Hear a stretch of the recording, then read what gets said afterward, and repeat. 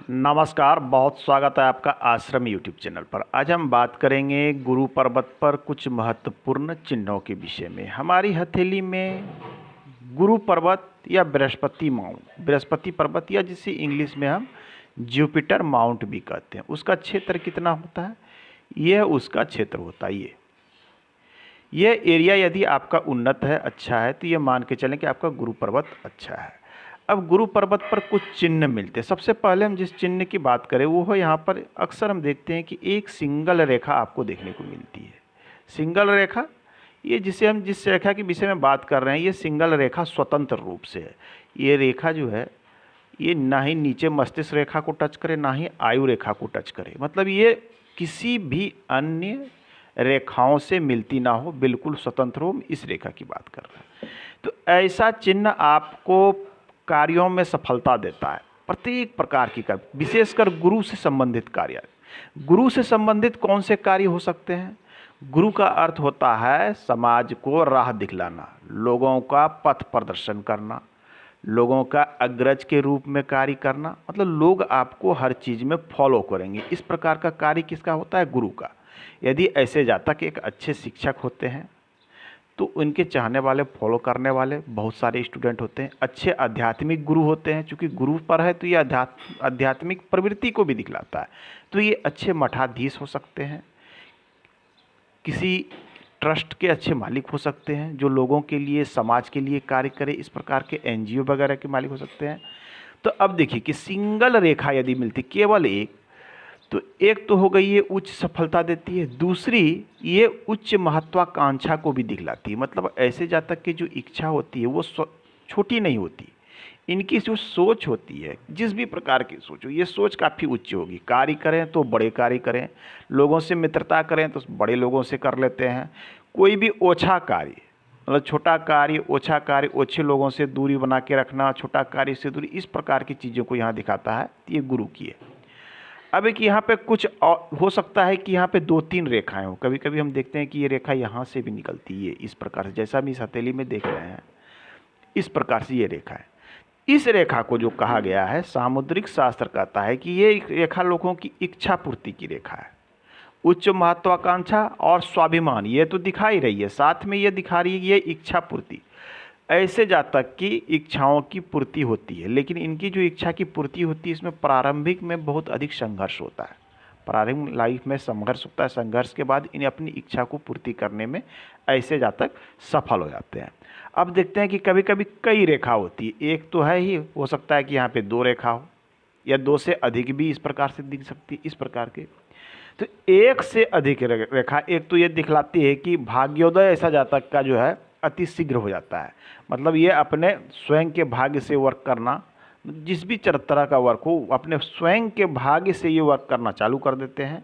और इनको विशेषकर इस प्रकार की रेखा वाले जातक जाते हैं, चाहे 1 हो, 2 हो, 3 हो, नए कार्यों में बहुत अधिक अभिरुचि रहती है। मतलब नए प्रकार के कार्य करना, नए लोगों से मिलना, नए अनुसंधान करना, मतलब नई नई नवीन कार्य में रुचि रखने वाले जातक होते हैं और सफलता को ये प्राप्त करते हैं।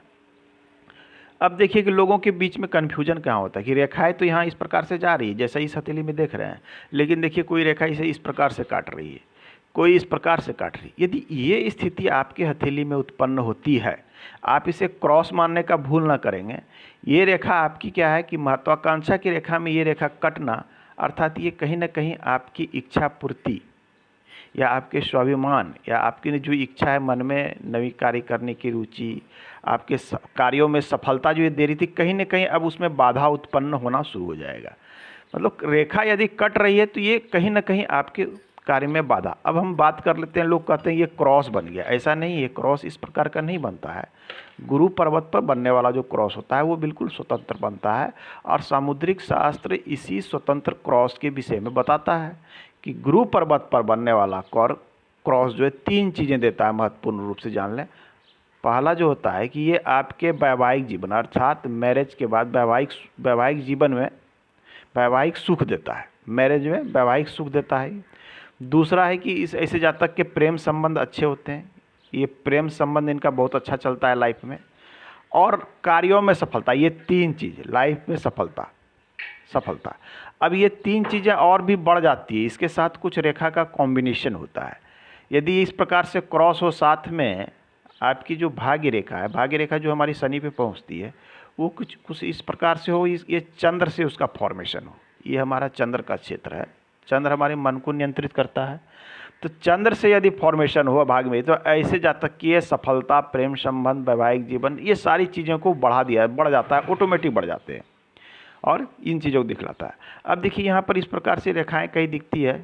कभी कभी होता है क्या कि ये रेखाएं इस प्रकार से चल रही है, कोई रेखा इधर से काट दिया, कोई इधर से काट दिया। तो ये फॉर्मेशन जो है, ये देख लीजिए, इस फॉर्मेशन को हम स्टार का चिन्ह कहते हैं, तारे का चिन्ह। गुरु पर्वत पर स्टार बनना, शास्त्र इसे तारा या फिर कभी कभी इसे नक्षत्र का नाम भी दिया जाता है कि ये नक्षत्र का चिन्ह है। तो गुरु पर्वत पे एक तो देखिए, गुरु का अर्थ हो जाता है महत्वाकांक्षा, स्वाभिमान और इच्छा। तो यहाँ आपके महत्वाकांक्षा को ये बढ़ा देगा, आपके स्वाभिमान को बढ़ा देगा, आपकी इच्छा को पूरा देगा, और ऐसी जातक की ऊंची इच्छा भी पूरी हो जाती है। ऐसे सभी जातक की जिनकी भी गुरु अच्छी है, इनकी महत्वाकांक्षा बहुत अधिक बढ़ी हुई रहती है, लेकिन इच्छा पूर्ति होगी इसकी संभावना नहीं मिलती, कम ही रहती है। इच्छा पूर्ति कब होगी? जब गुरु पे कुछ शुभ चिन्ह है या अन्य स्थितियां अच्छी है, आपके भाग्य रेखा अच्छी है तो होगी। लेकिन ये यदि नक्षत्र का चिन्ह आपके गुरु पे बन जाता है, तो आपकी उच्च महत्वाकांक्षा और इच्छा जो मन में है कोई भी कार्य करने का, चाहे बड़ा पद पाना हो, बड़ा सम्मान पाना हो, बड़ा धन पाना हो, बड़ा वर्क करना हो, ये इच्छाएं ऐसे जातक की पूर्ति हो जाती थी। यह चिन्ह अति शुभ माना जाता है आपके गुरु पर्वत पर बनना। अब आइए नेक्स्ट हम एक चीज़, और इसके साथ एक चीज़ बता दें कि किसी भी प्रकार का यहाँ चिन्ह बनता हो, नक्षत्र बनता हो, यहाँ पर वर्ग बनता हो, वर्ग का भी चिन्ह बहुत अधिक बनता है। यहाँ पर स्क्वायर का चिन्ह अति शुभ माना जाता है यदि गुरु पर बनता है। स्क्वायर स्वतंत्र हो तो ऐसे जातक का क्या होता है, कल्पना और यथार्थ का उसका कहा जाता है सुखद समन्वय होता है। मतलब ये जो सोचते हैं, उच्च इच्छा, उच्च महत्वाकांक्षा और वास्तविकता दोनों को मिलाकर इनका जो वर्क होता है लाइफ में, और ऐसे जातक विशेष सफल होते हुए देखे जाते हैं। तो ये यहाँ पर बहुत ही अधिक शुभ परिणाम देने वाला होता है। एक चीज़ जान लें कि यहाँ पर किसी भी प्रकार का शुभ या अशुभ चिन्ह हो, तो कुछ चीज़ें महत्वपूर्ण है कि आपकी गुरु की उंगली बिल्कुल सही होनी चाहिए, गुरु पर्वत की स्थिति सही होनी चाहिए। यदि गुरु की उंगली टेढ़ी मेढ़ी होगी, इधर झुकी है इधर झुकी है, फॉर्मेशन सही नहीं है और गुरु पर्वत की स्थिति सही नहीं है, तो इसके जो परिणाम है, इसके शुभ परिणाम में काफ़ी कमी आ जाती है। इन चीज़ों को हमें ध्यान में रखनी चाहिए। आज के अंक में इतना ही, मिलते हैं अगले अंक में। धन्यवाद।